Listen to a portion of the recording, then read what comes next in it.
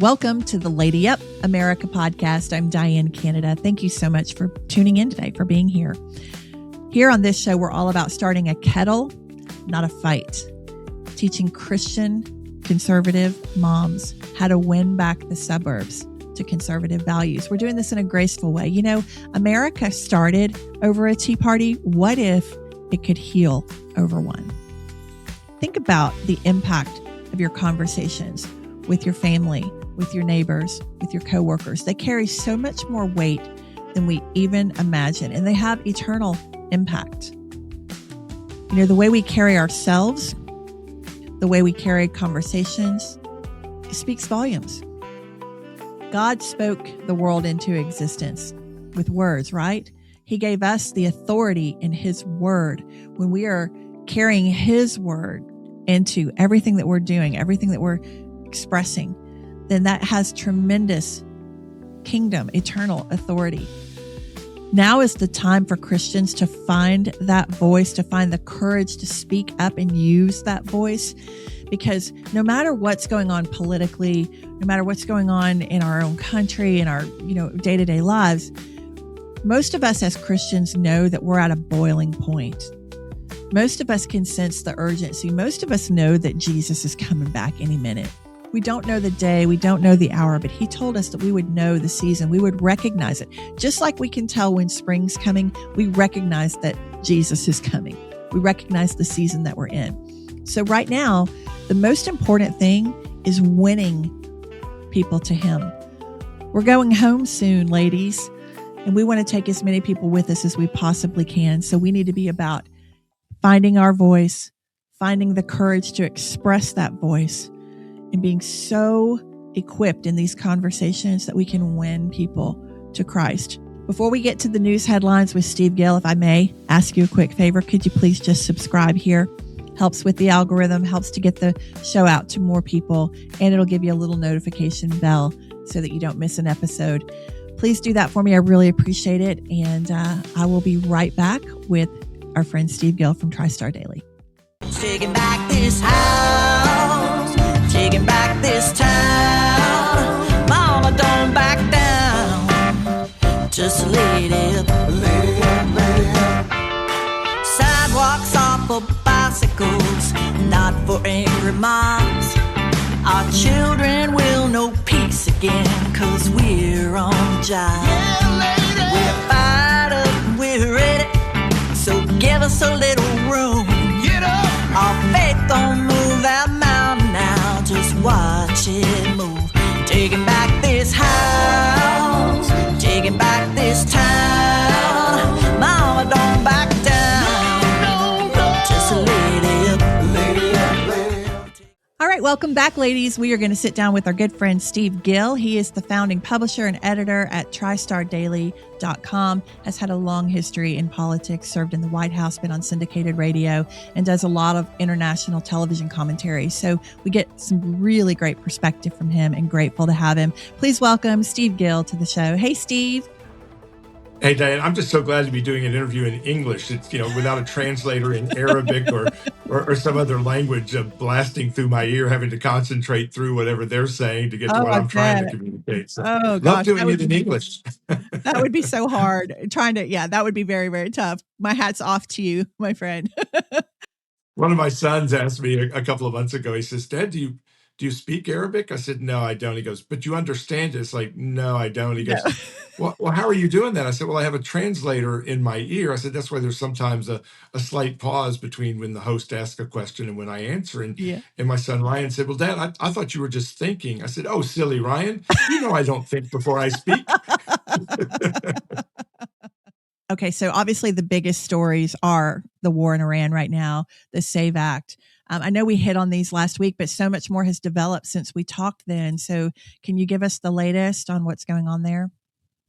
First of all, I love the hysterics coming from the left, from the Democrats, driving the fear factor of, oh my God, gas prices are at $4 a gallon. Yeah. Well, when it was $4.50 to $5, they weren't condemning Joe Biden. And now this short-term impact, and frankly, the analysts, are confirming we do not have an oil or gas shortage. We have the traders, the manipulators that are affecting the prices to make a profit, and those in the media and on the left that are trying to create problems in the economy for their own political agenda. Yeah. The bottom line is, as I think Scott Bessent, the Secretary of the Treasury, pointed out the other day, look, we can have a 50-day price hit on gas or a 50-year continued conflict with Iran and the threat of terrorism and nuclear weapons. Let's suck it up, have our 50-day slightly higher gas prices. I know today when I filled up, it was like $3.64 a gallon, still almost $1 less than we had under Joe Biden, and it is quickly heading in the right direction. And I think that, again, this conflict in Iran will resolve itself in the next 4 to 6 weeks. And then we're going to have that oil flowing. We're going to have the oil flowing from Venezuela. We're going to have our economy back on the glide path towards more prosperity and success. So people just need to be a little patient, trust that what Trump is doing, and it keeps being shown to be accurate, true, and the right path. I mean, the fact that the Iranians were lying and saying, oh, we've limited our ballistic missiles to 2,000 kilometers, and then they start launching them 4,000 kilometers. Oh, we're not trying to make nuclear weapons. Well, yeah, we are, but we didn't think you'd figure it out. Oh, we're just trying to develop nuclear power with 60% capacity uranium, which is not used for power. And we're burying our power development under 200 meters of rock mountains. So nothing they have been saying or are saying is true. And fortunately, President Trump is willing to hold them accountable for 47 years of not just trying to brutalize their own people, but the region and terrorize the United States. Yeah. I completely agree. And we have to finish this. Like, otherwise they're just going to regroup and come back stronger. So what does finishing it look like, do you think, in your opinion? Well, I think, first of all, we have to accomplish the 3 objectives that President Trump laid out very clearly, contrary to what the misinformation from the leftist media and the Democrats. 1, eradicate their ability to develop and deploy nuclear weapons. We are well on the way to that. We did do a major strike back in June, but they had other locations where they were hiding their enriched uranium. And again, uranium enriched to the 60% capacity that is only used for nuclear weapons. So we have to eradicate their nuclear weapons capability. 2, we have to completely degrade their ability to develop, deploy, and utilize these long-range ballistic missiles and really any other kind of missiles that they can use to threaten their neighbors. The fact that they've been attacking the UAE, Qatar, Bahrain, and other peaceful neighbors, Muslim neighbors, and attacking clearly civilian sites shows they have to be completely disarmed. And I think, again, we're well on the way to doing that. And then finally, when we control their revenue, and that's one of the reasons President Trump is wanting to keep Kharg Island, which is where 90% of their revenue flows, instead of completely obliterating it and destroying their economy back to the Stone Age, that revenue will help rebuild and revitalize in Iran that will be peaceful, and the people of Iran can benefit. So you have to stop the flow of money from Iran to terrorist groups, whether it's Hamas, Hezbollah, the Houthis, or others. And then I think those are the 3 objectives that we are very close to achieving. And then the 4th is not a primary objective, but do you get a regime change? Do you remove the theocracy that has oppressed these people for 47 years, hung women and young men for simply expressing their views or shedding a burqa in the case of a woman? So you have to free the people of Iran. Now, it's difficult to take your country back when the military and these Basij, thugs have the weapons and you don't. But I think, again, we are going to give the opportunity for the Iranian people to retake their country. And man, you talk about changing that entire region, not only for the lives and future lives of Iranians, but for those here in this country that are expats and others. That was not the primary goal, but hopefully that can be achieved as well. One of the things that you brought up last time we talked was other countries coming in and kind of providing some support and some ground forces, things like that. Has that started happening yet, or is that a little early? You're still seeing some that are indicating a willingness to, particularly these kind of militias surrounding Iran. Nobody in the region wants Iran to continue to threaten and abuse and hold that region hostage. So there are others that have an interest in in making sure that Iran moves into the modern civilization. We have Marines on the way. Again, this is not going to be some massive ground war that we've got to take a country bigger than Texas with over 90 million people. The question is, can you eradicate those threats to the shipping lanes in the Strait of Hormuz? I think, again, we're very close to doing that. That'll move the gas prices and oil prices back down. We've already seen some progress there. And then whether we do some kind of cooperative agreement with the Iranians to keep the Straits of Hormuz flowing peacefully and safely, again, that will revitalize the economic boom that we've been experiencing. And again, when you remove the terror threat, when you remove the military threat of Iran from the region, the entire world, there's a global boom time that can come. And I think we're on the precipice of that. But it still may take another 4 to 5 weeks. Just because you eradicate their senior leadership, just because you eradicate their command and control of their military forces, doesn't mean you don't have some rogue commander with a missile launcher able to fire something at Qatar or the UAE or at Israel. In the early days, you were seeing 300, 400 missiles being fired. Now we're looking at 1 or 2. That is still a problem, but it does not mean that Iran has the capacity to be anything more than a relatively toothless tiger. Yeah, I sure hope so. And that is the thing. Like, even if all this settles down, they reach some agreements, what's to say those rogue people are not just going to rise up and overthrow it all again, even if the Iranian people are able to win back their government. And there are people that were alive before that regime change happened in 1970 that remember what a free Iran looked like. So I know there's motivation there, and this is their chance, like their golden opportunity to do it. But yes, you're right. Without weapons, without any idea of how to lead themselves, they're going to need support from those other regions. And what's to keep them from taking over? I mean, there's just no easy answer to this. It's a very, very volatile situation, but I'm in full support of this war. Like, it had to happen. It has to happen. They have to finish this. But like you say, finishing it is clear. Our objectives are clear, but what's going to happen to them after we're done? I worry for them. Well, and regime change from our standpoint so often replaces one bad guy with an equally bad or just slightly less bad guy. We haven't had a very successful track record of replacing a bad guy with a really good guy. But if in Iran we replace the oppressive radical Islamist theocracy, even with primarily military and business control, that's going to be a step so much in the right direction for the Iranian people versus the again radical Islamic theocracy that has dominated there for 47 years, and which was not the promise when they came in. That was imposed upon them, like Cuba.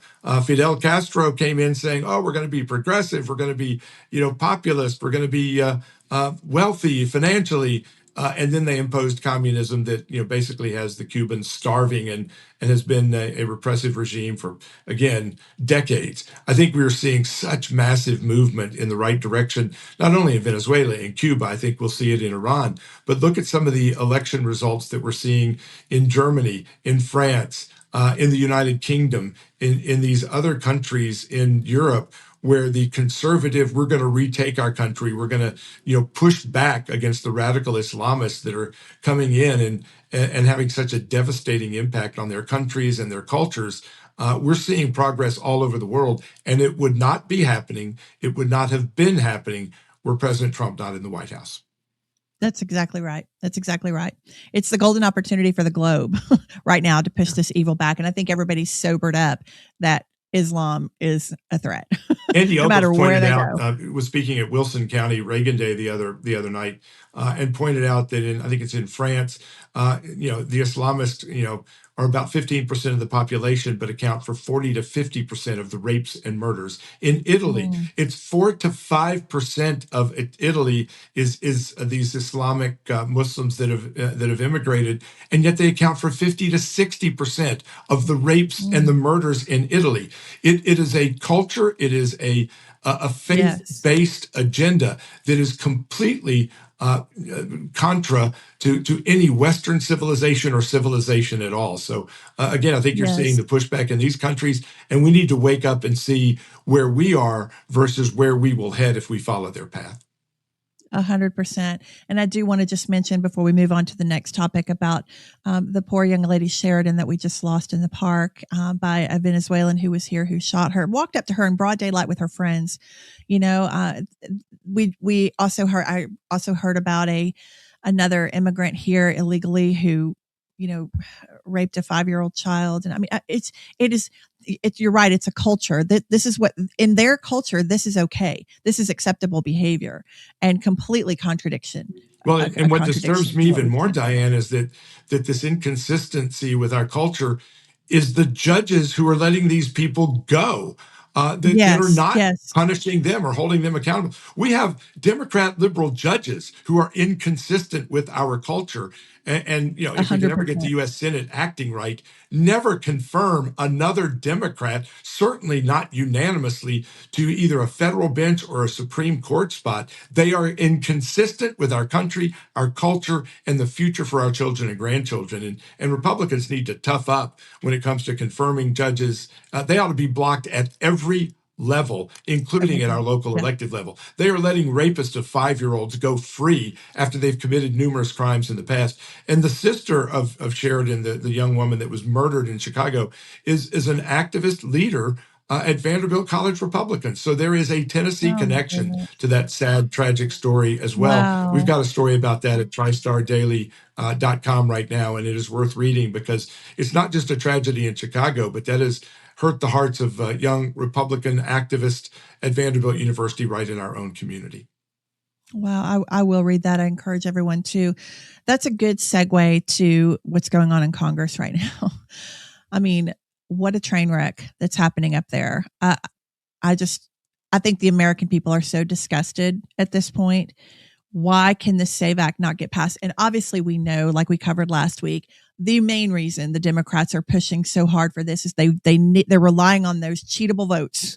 They're relying on all of these immigrants that are here to vote in this upcoming midterm. The country is hanging in the balance on this midterm. We cannot let this SAVE Act die on the floor. So give us, and then I just heard right before I came on, Steve, they're taking 2 weeks off. I mean, so I just heard Marsha last night talking about how if they've got to stay through Easter, they will. And then I hear today they're taking 2 weeks off. So what is going on up there? Most of us have to work before we get a vacation. I'm not sure these guys ever work to actually deserve a vacation. And again, we not only have to defeat the Democrats, and there's 5 or 6 Senate seats that are really going to be critical: North Carolina, Georgia, New Hampshire, Minnesota, Michigan, where we have the opportunity to actually expand from a 53-47 majority. We've got to keep that majority, which means we have to win several of those seats. But we also have to clean up our own house, where you have the Thunes and the Murkowskis and the Tillises in North Carolina and the Cornyn's in Texas and the list goes on of those who are not willing to step up and fight, that we, even with a majority, can't accomplish things. And the Democrats are in complete lockstep. Unlike the one sole, quote, voice of reason in John Fetterman from Pennsylvania, there is not a single Democrat in the U.S. Senate willing to step up for America. I've been so surprised by Fetterman, very pleasantly surprised. Do you think we could win him over to the Republican Party? I think he's teetering. And he's, again, he gets a lot of credit because he will vote with us on some key issues, but he's still with them about 90% of the time. So I'm not willing to give him a complete pass. And again, I think with what we're seeing in the airports right now, where, the Democrats were saying, if we let DHS go into the airports to help TSA, they're going to be murdering people in the airports. Instead, people are getting their pictures taken with the TSA and the DHS agents. They're handing out water. It's amazing how nice the DHS and ICE officers can be if you're not trying to run them over and kill them with your car. Yeah. Steve, I have never seen a party so determined to wreck our country as the Democrats are. And this is not propaganda. It's not me being, over exaggerating or overstating this. I mean, it's like they're on a crash course for the destruction of our country. I've just, like Trump keeps saying, they hate us. It's just playing out over and over and over again. And all their fear tactics, everything proved to be null and void. Like you said, just about ICE going in, all the things all the pictures that they try to paint to make the Republicans look awful, the ICE look awful, all that, it all comes back to bite them. And yet still it's like they're doubling down. They're just running. They're going to require all these cheatable votes in order to win. And it's just terrifying. If we didn't have God, thank God we have our faith. But if we didn't have God, we would just be terrified coming into this midterm election. I know everything happens. Everything can be worked together for our good.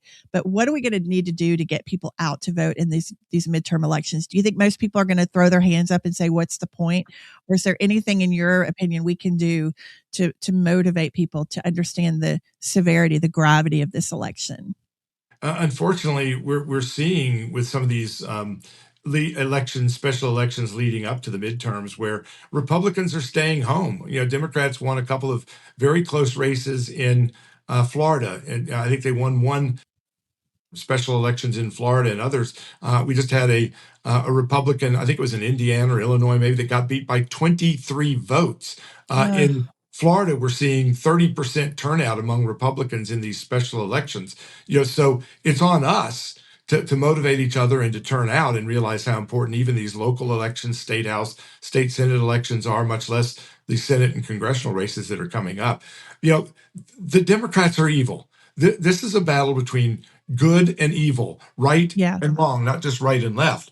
But while they may be the evil party, I am more and more convinced that we are the stupid party. When you look at some of the fights happening in Tennessee, where we're kicking off Republicans, with some of our state executive committee members saying, well, I don't want my friend to have competition, so I'm going to kick the competition off so my friend has an uncontested race. I'm going to give a waiver to my nephew or to my husband and deny it to somebody who made me mad in high school when I didn't get to sit at the pool table with them. I mean, these petty political grievances are destroying the credibility of our party. And it's hard for us to criticize the left and the Democrats for lacking morality and integrity and transparency when we see what has happened with the bona fide fights in Tennessee by Republican state executive committee members who have shown themselves to be as corrupt and as dismally immoral and lacking in integrity as we ever accuse the Democrats. We've got to clean up our own party if we're really going to continue to take the Democrats to task. Yeah, it's so true. I hear so many people say, I'm just independent. I don't identify with the party anymore at all. I may or may not go vote, but they're just throwing their hands up in disgust. It's like I say a lot on this show, that it's like the mom and the dad are fighting all the time, and the kids are the American people. They just want peace in the house, and it makes it really tough on the campaign trail for us to advocate for a party that is just as childish and doing just as ridiculous and harmful things. Not just as, I shouldn't say that, because like you say, Democrats their policies, their agenda is nothing short of evil. With us, it's just ridiculous. We're not evil. Well, then they have to run. Can't get our own act they have together. to run on lies and cheating. I mean, they can't exactly go out to the American people and say, yes, we want boys in little girls' locker rooms. Yes, we want to, do surgery on little kids. Yes, we want to allow illegal aliens to flood in and rape and pillage and plunder at their will. They can't run on that stuff. They have to lie. And again, I think that's what we're seeing over and over again. And I would disagree with you on one point. And I do think people get frustrated that, mommy and daddy are fighting. But if it's a fight worth fighting, you have to fight. And again, the Democrats are so evil that we have to contest them. And I think some people think, it's just so much conflict. There's so much back and forth. If you're fighting about what's right and what's important, it's worth the fight. And people need to be able to discern the difference in just petty grievances and when it's a fight worth having. I agree with that. I think it's more the internal fighting that I'm referring to. It's like the Democrats are just pure evil at this point. Republicans, it's like they just can't get it together. All of the throwing each other under the bus and all these tactics that they do to set the stage for their own success. This is what I'm talking about. It's like the people are just tired of it. They're tired of the politics. So we just have our work cut out for us this year. We've got to apply these lady up America techniques for the ladies who are listening to me, because that's our only hope, and then make sure we're getting out and voting and and taking a caravan with us when we do it. We just have to kind of love our party, warts and all. Yes, we've got issues. Every it's made up of human beings. Human beings have issues. We're flawed. But at the end of the day, we've got to push this evil back, and our party's the only one that can do it. So we just have to rally. But yeah, we're not without admission that there's a lot going on that we wish wasn't. So I completely agree. Well, then I may get upset at my Tennessee Vols when they commit some useless turnover, throw the ball out of bounds, but that doesn't mean I'm not for them. I can be angry and upset of like, I can't believe you did that, but I'm still a Vol deep, bleeding orange, and that's what we have to do with our party. We can criticize the bad mistakes and the errors in judgment and the acts of a few, but we also have to, as you point out, lady up, man up, and get out there and fight even harder to overcome what the other side is doing, because they are so much worse. That's right. We can't like fold our arms and say, well, I'm just not going to vote. It's like, I always say it's like grumpy Smurf. I hate voting. I hate, get up and go vote. All right. Thank you so much, Steve Gill. Thanks, Ladies, Diane. please go to tristardaily.com. Get all your news there. We can trust our friend Steve Gill. He gives it to us honest, an honest journalist. Imagine that. Thank you so much, Steve. I'll see you back next week. Thank you. It's tea time. All right, ladies, welcome to our Tea Time Cafe. We're going to just pour ourselves a cup of hot tea. I've done that. I hope you'll do that and join me. And we're going to dig deeper into the idea of the cost of not showing up. Like Steve and I were discussing today, there is a cost to not showing up in conversation leading up to these midterms. There's a cost in not showing up to vote. There's a cost to America for not showing up to back up Israel in this war against Iran. There's lots of different angles that we can look at this from today. So I'm going to do my best to be concise, but to hit a few of these because I think it's so important for us to be reminded and also for us to be equipped on how to show up. Like I say all the time here now, we are all about starting a kettle, not a fight. I think the reason why a lot of us women don't show up, let's just start with conversation, is because we just want to avoid a fight. I don't like to fight. You don't like to fight. I would rather avoid a fight just like you would, but sometimes you got to fight. Or sometimes you just need to learn how to fight smarter. I think for a lot of us women, we think that fighting is going to automatically mean that our blood pressure is going to go up. There's going to be this shouting. There's going to be this, this retaliation from the other person. There's going to maybe be consequences on the other side of that are going to hurt. And so it's a real fear. Like I completely understand it's a legitimate fear to enter into a tough discussion with somebody because of all these repercussions, all these things that can happen. But what if we learned how to fight smarter, which is again what I'm all about trying to do here. Let me give you a little bit of context for this. Okay. Maybe it'll better explain what I mean. So in another life, I was a crisis consultant. What does that mean? Businesses, and for a long time, it was the medical field. And then I moved into lots of different kinds of businesses. And I don't care what kind of business it is, the internal politics are very similar usually. So I would go into these businesses that were in complete chaos, complete crisis. This one hates that one. This one's ready to quit. This one's, mad because somebody got something that she deserved, maybe a promotion, whatever. The owner is just melting down. It's everything that owner can do to just show up. Everything is like worst case scenario. I would come in then as the consultant and try to bring peace to that organization. Not just peace for the sake of peace, but peace in such a way to make it healthy again and get everybody not only rowing in the direction toward recovery and success, but to get them to want to do that, to do it cheerfully. So there's an art to coming into very volatile or chaotic situations and learning how to get a buy-in from all of the people that are in that situation and get them to want to help me to make it better, to get them to want to help recover the business. So those skill sets that I learned there, I'm now bringing into these really tough, chaotic, and difficult conversations that we have in our culture. So you at your kitchen table, you sitting and talking with your children or your neighbors, whatever it might be, I understand how hard it is. I really do. But there's an art to it. So it doesn't have to mean that everything's going to erupt And in fact, quite the contrary. If you're savvy, if you're smart about it, you can actually bring a lot of peace and calm into very chaotic and volatile situations, even conversations, and make them very, very productive. The cost of not trying, I mean, we're seeing it all over our country because we're shrinking back in fear of having these tough discussions. We're losing our country. We're just letting the evil take more and more and more territory because we just don't want to stand up, or we don't have the tools. We don't know how to do it. So this is where I think these lady up techniques really play in. This is why it's so important right now, because if we can get our voice back, and if we can learn how to use it, and we can be courageous enough to use it in a way that actually wins people, then how much better for the future of our country, however long that is. I will preface this by saying, I do believe with all of my heart that we're in the last days. I think Jesus is coming any minute. I got my eye on the sky, but he said that we are to stay here. We are to be on the field, on the battlefield until he comes. When he comes back, he's not going to catch us in the dugout, biting our nails, just scared to death. No, we're going to be out on the field, swinging for the rafters. When he comes back, he's going to catch us mid-swing, right? Because if we are in these last days, like I fully believe we are, I know a lot of you believe that too, the most important thing is taking as many people with us to heaven when he comes as possible.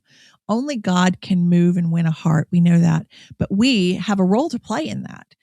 And so showing up in conversations, opening our mouth, sharing our testimony, sharing our faith, sharing the lessons that we've learned, sharing our values, this is all part of how God wins people to him.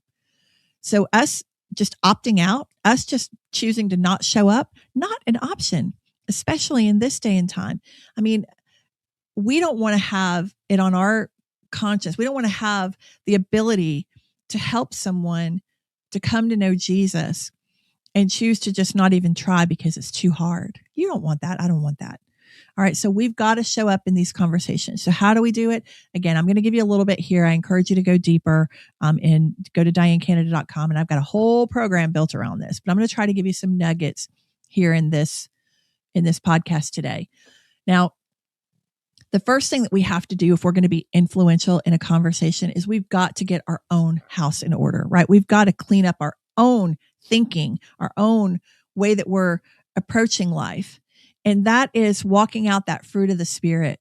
And I'm not talking about putting on an act. I'm not talking about putting on an air while you're in front of somebody. And then as soon as they leave, you're right back to, melting down, or right back to, cussing like a sailor, or whatever it is. We've got to understand that if our own house is messy, we're not going to attract anybody. We're not going to be near as influential in conversations as we could be if we would surrender to God. So the way we walk out the fruit of the Spirit is not by willing ourselves to do it or saying, today I'm going to be joyful. Today I'm going to be at peace. No, it's not how we do it. It has to be an internal spring cleaning.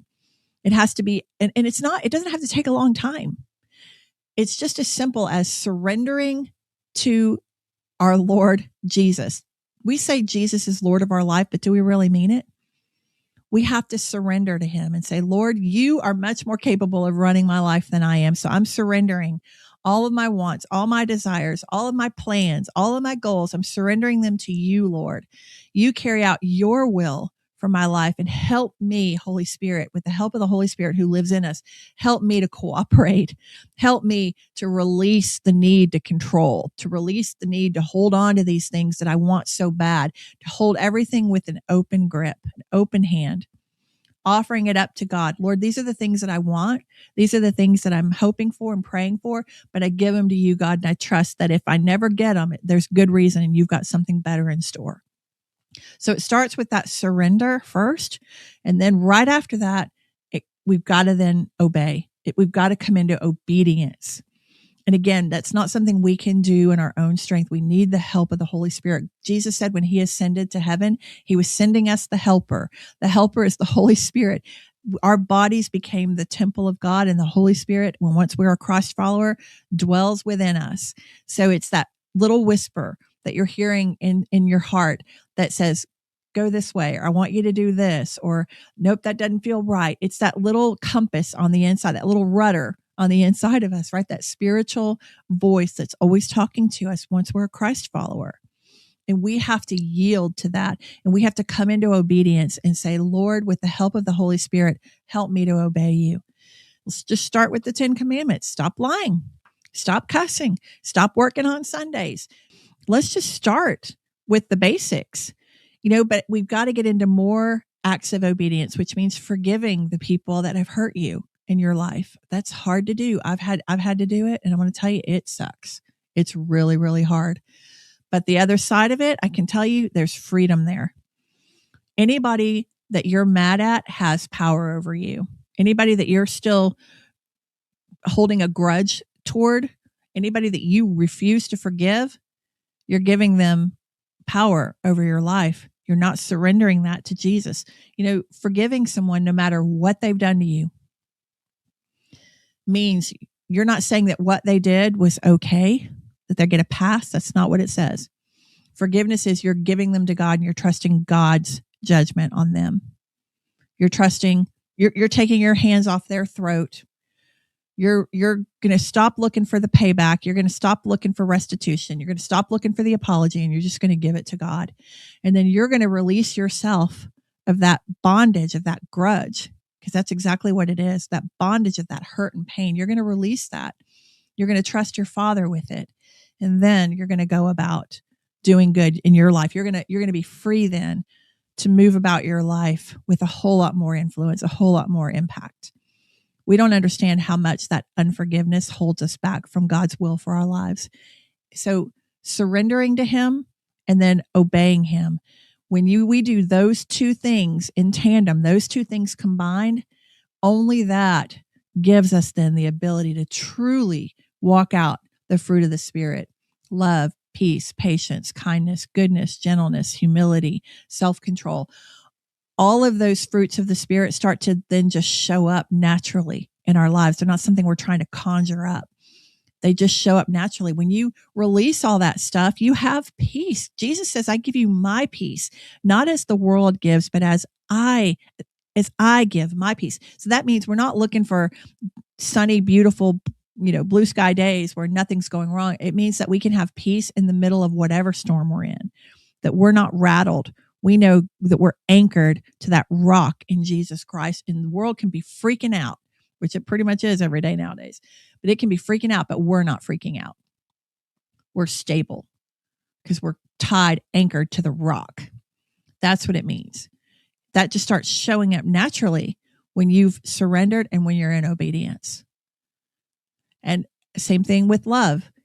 I say all the time in my workshops, we don't have to love someone. We don't have to feel like loving someone in order to love them. If you look up in 1 Corinthians, I think it is, the definition, the biblical definition of love, it's really all about actions. It's patient. It doesn't hold grudges. It believes in all things. It doesn't give up. All of the things in 1 Corinthians about love are doing. It's us doing things. It doesn't say if you feel like it. Love is patient. Love is kind. Love, it doesn't insist on its own way. All this, it's actions. So if I'm trying to love my neighbor who is a pain in the bum, it doesn't mean I have to feel all warm and fuzzy toward her. It just means I'm going to choose to love her. I'm going to choose to be patient with her. I'm going to choose to be kind to her. I'm going to choose to believe the best. All of that scripture there, I'm going to choose that today and hope that the feelings will catch up. Eventually, the emotions catch up, but we do not live on emotion alone. We have to be mature Christians, and we have to be willing to walk that out no matter how we feel, and especially when we don't feel like it. So these are all the kinds of things I'm talking about. All that fruit of the Spirit. Self-control is a huge one. Self-control means you've lost the luxury of a meltdown. You don't get to do that anymore. You don't get to just act on your feelings anymore. Spiritual maturity means you exercise that self-control. Again, we need the help of the Holy Spirit in order to do it. But it means when that person's trying to offend you and trigger you, you are not going to take the bait. You're not going to engage in that.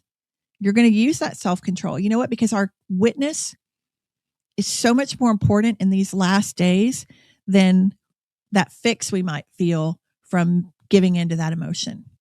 We've got to decide now what's more important. We've got to pick our heart. It's really, really, really hard to maintain self-control, to love people who are unlovable, all these things I was just talking about. Those walking out that fruit of the Spirit is really hard. If we do it in our own strength, it is. With God's help, it gets easier and easier. But it is hard. I'm not going to deny that. It's hard. You know what else is hard? Watching our country go off the cliff. Watching evil taking ground. Watching evil coming after our kids. That's really, really hard. So at this point, we have to pick our hard. Are we going to do it God's way? Or are we going to insist on continuing to do it our way? Both ways are hard. Pick your hard. But when you choose to do it God's way, then we have his help. We have his ability, his supernatural ability to actually walk it out and do it. And that's the spring cleaning I'm talking about in our own hearts and in our own minds. Once we get that part right, then we can show up in these conversations and we're not bringing all that junk into the conversation with us. We're bringing peace instead. We're bringing that self-control. We're demonstrating to this person we're trying to influence what a Christ follower actually looks like. And that's a whole lot more appealing to someone. So the cost of not showing up in conversations when we're doing it the right way is very, very high, because these conversations are where our influence is. This is how when we're winning hearts and minds, that's how we're doing it, is in conversation 9 times out of 10. And conversation is not just what you're saying to someone. It's your body language. It's what they're reading. It's the language. It's the way you carry yourself. All of that is part of conversation. The energy that you're putting out, the vibe you're putting out, in the room. Is it a peaceful vibe? Because I'll tell you, people can tell the difference. If you're inauthentic about this, if you're putting on a show, they sense it. They know they're being deceived. So the only way we can authentically do it is to surrender and to get in obedience. There's no other way. Now, the cost of not showing up to vote. Let's talk about that right now, because I cannot overstate to you the seriousness of this election coming up. What Steve and I were just talking about a few minutes ago, about how a lot of people are just throwing up their hands and going, I'm just not going to vote. If things didn't go my way last election, I'm just not going to even bother showing up this time. We have so much apathy in our country about voting. Do you know Christians make up the large majority of Americans, even to this day? The left, this progressive, evil left, and they are evil. They're a small minority, but they get away with pushing all these policies on us because we as the church won't go vote. We won't show up to the polls. It's a ridiculously low number of Christians that go to the polls. So that's got to change. If we don't win back the midterms this year, here's what it's going to cost us. Probably another impeachment of President Trump. They're going to do everything they possibly can to get him out of office, to impeach him. Next, they're going to stalemate. They're going to roadblock every one of these America First policies that we've come so far in implementing. They're going to reverse them. 3, they're going to stack the Supreme Court. What does that mean, and why is that important?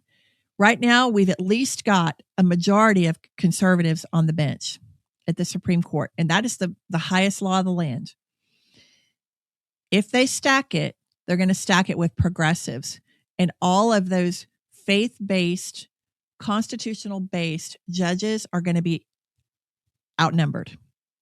And so the chance of us getting anything remotely resembling a fair outcome at the Supreme Court level will be very, very, very low. So that's going to happen. The next thing they want to do is they want to add more states to the union. So they want to add Puerto Rico and they want to add DC just for starters. If they do that, both of those areas, they know that they're going to have strong Democrat support. Okay. So that's going to mean that our elections will be obviously Democrat going forward, that it'll be very hard. Whenever somebody becomes a state, that state has a certain number of electoral votes that goes into the big count on election day. And we will likely never have another fair election in our republic. There's so much on the line. They will defund ICE and open up our borders again. So we're seeing the ramifications of that. Now we're seeing horrific crimes playing out by the millions that they've already let in, because the reason they want all these millions of people here is because they're going to try to find ways for them to get into the voting booth. Even though they're not legal citizens, they are giving them the right to vote. And for those people who are watching who say that's not happening, yes, absolutely it is. It's absolutely happening. They're catching them left and right. All these ways that they're flying under the radar and just going to the DMV and getting a driver's license, which they should not even be able to get. They're automatically registering them to vote, just as an example. Okay. But there are many, many, many, many examples. Do your research, look it up. I dare you. But they're absolutely voting. And this is why they're fighting so hard to keep them here. It's why they're fighting so hard for these sanctuary cities. It's why they're fighting so hard to stop ICE from being able to deport them. What other possible reason would there be to keep these illegal immigrants here, and so many of them that have turned out to be violent? We're like the, what do they call it in war? We're like the unintended casualties. There's a certain term that they use for it in war. I forget what it is, but the casualties are the Sheridans of the world and the Lake and Rileys of the world and Jocelyn Nungaries of the world. These people that unfortunately lose their lives at the hands of these people, they're willing to play that Russian roulette and take that chance because the payoff is much more so worth it for them. Okay, yes, we lose a few American lives and maybe violently and maybe horribly, but look at all these other voters we get. That's how they look at it. And that's sick. But this is what's on the ballot if we don't show up and vote. We get trans people back in girls' sports. We get them in little girls' locker rooms. We get more cartoon porn in our schools.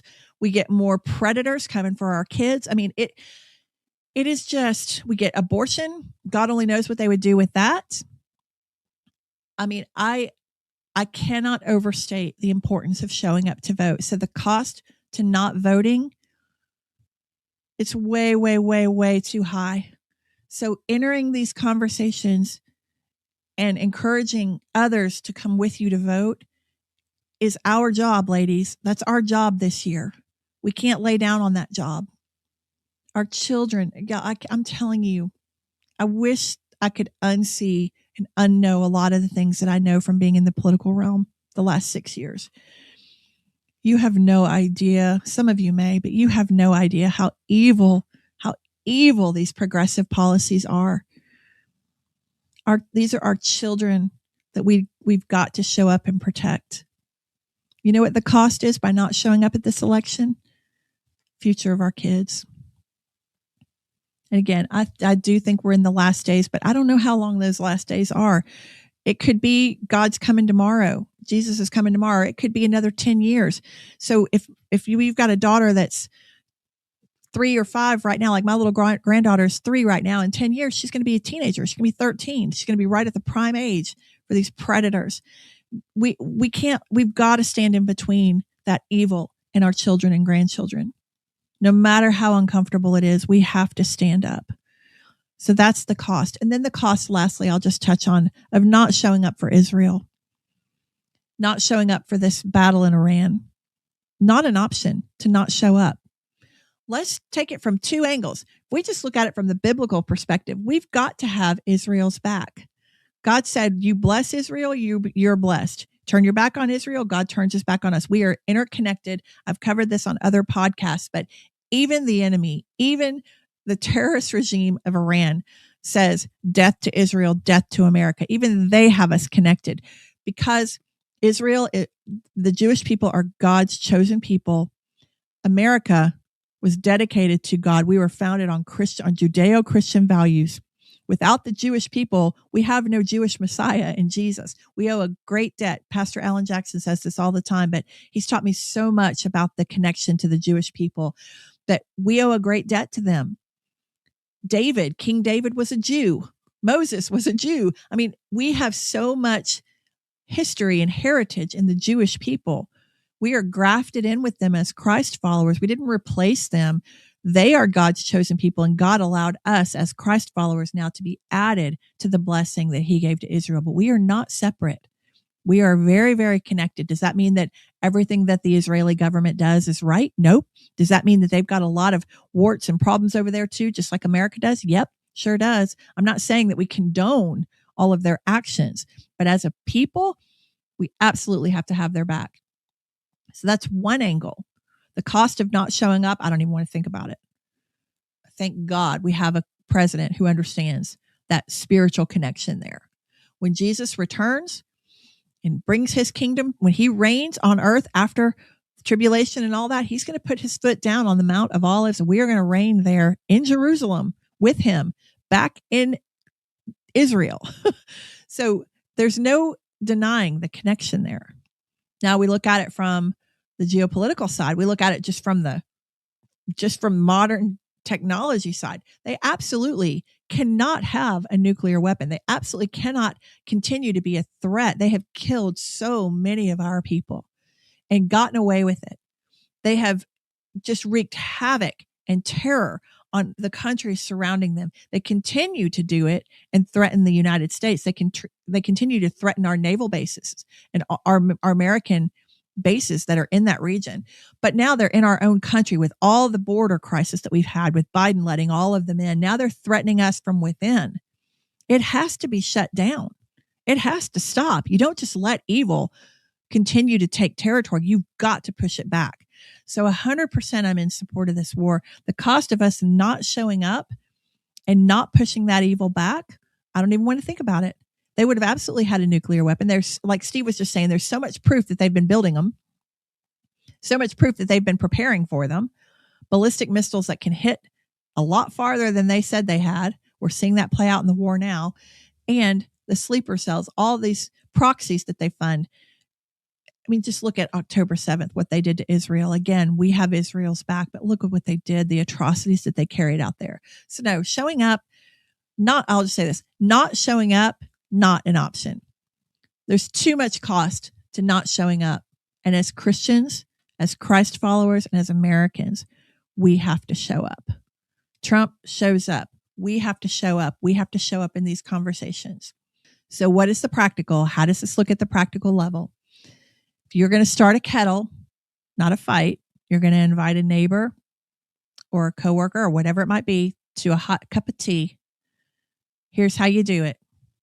You're going to, first of all, make sure your own house is in order. That's where we have to start. Let's start on that today. Praying, getting on our hands and knees and begging God, God, I surrender to you and I obey you. Getting those two things right. Let's start there. That's the first thing you do before you even invite them into the room. That's number one, our own housekeeping. Got to get our own house in order.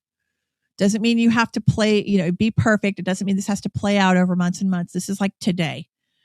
Okay. Lord, I surrender. Lord, I obey. Teach me, show me how to walk out the fruit of the Spirit. God, I invite you into this conversation. God, give me the words. That's your opening first step. Second step, the kettle's on. You invite them in. You pour them a hot cup of tea and you sit down and you start your entertaining step. This is where you're just getting to know them. You're entertaining their view of the world. You're a curious listener and you want to understand where they're coming from. Especially, you don't have to start off with a major hot topic. Just start off with some small talk, just getting to know them a little bit. Most people are very, very attached to their beliefs because of some incident or some experience that they've had that formed their worldview.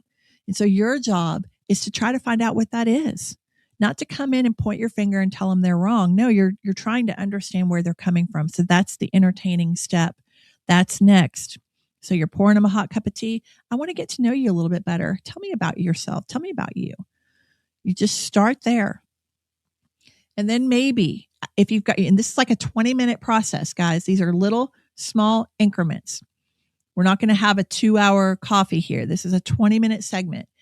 And maybe then as you start to ease into a controversial topic, you shift gears and you say, it's so interesting. I understand now where you're coming from. It looks like you've got a really good heart. Here's where I get lost. And then you're starting to set up what I call your third step, gardening. You're starting to set up your lingering question. The idea with this approach is to get them to question their own beliefs, not argue with yours. So you're going to come up with a very compassionate, well-crafted, lingering question that you're going to time to leave just toward the end of your coffee time with them or your tea time with them. You want to make sure that you drop this question as you're wrapping things up, because once you drop it, you want the conversation then to end. You need to be exiting the conversation, making an excuse to get on with your day or to leave the room in not an abrupt way, but in a very natural way, because you don't want to dilute the impact of that question. You want it to linger in their mind and in their heart. You don't want them to debate you on it. You don't want them to come back in a defensive way and defend their point of view. It's a very, very strategic question. So it's got to be dropped right at the end. That's your gardening step, your third step. And I teach you all about how to do this in my book and in my workshops and in my online courses. So let's say you're talking about the SAVE Act, about all of the illegal migrants that are here and how the Democrats have got the government shut down. Let's say that comes up in conversation. Maybe you bring it up and you say, yeah, what are your thoughts about the midterms? What do you think about this SAVE Act? And that's your entertaining spot still, right? You're entertaining their view of the world. You're getting their perspective on it.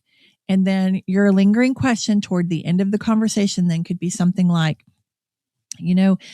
I can see you've got a good heart. I can see that you really care about, so many of these people that have come into our country. And I'm sure there's a lot of good people too that have come in.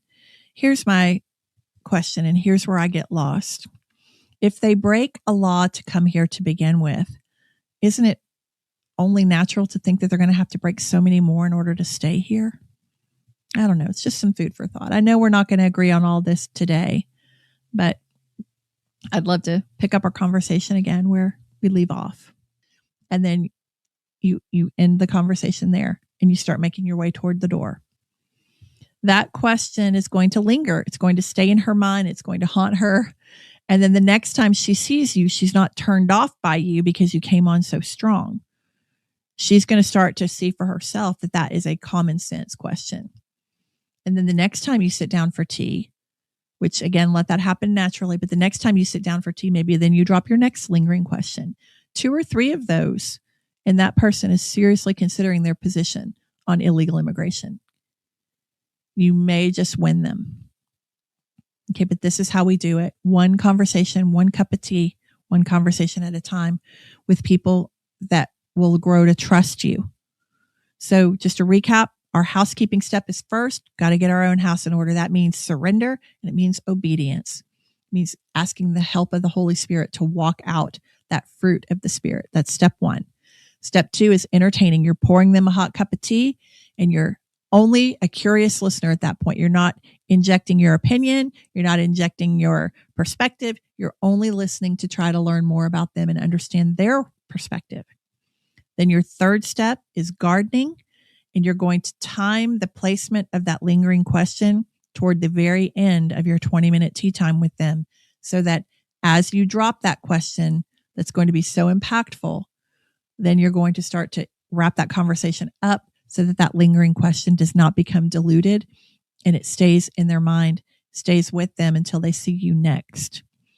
But another thing we've got to do, though, is we've got to educate ourselves about these issues so that we then can form those lingering questions.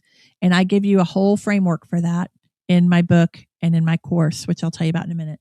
But this is what we've got to get good at: showing up in conversations smarter, showing up equipped and courageous to have them, because we feel like we know we got a good grip on the issues. We got a good grasp on what's really going on in the heart of it, the truth of it, the why behind it. We understand all that. I give you all of that in my training. Then we can show up confidently. We can start engaging instead of shrinking back, instead of opting out. We can start actually engaging, running to that battle line, and then winning people little by little in these last days and pushing this evil back in a graceful way. That's how we do it, ladies. All right, ladies, if you want to go deeper in my Lady Up America techniques, I've got 2 immediate ways you can do that. One, you can grab the book and get it on Amazon right now. Or you can go to dianecanada.com and you can enroll in my online course. It's the online global course there for Lady Up America. That's something that you can do at your own pace. I walk you through all of our governmental structure, kind of at the high level, the cliff notes, so you get it quickly. Absolute proof that we were founded in Christian values.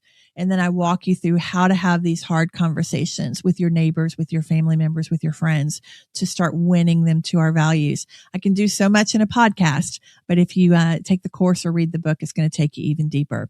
So please do that. In the meantime, I will plan to see you back here next week. Thanks so much again for watching Lady Up. Taking back this house, taking back this town. Mama, don't back down. Just a lady up.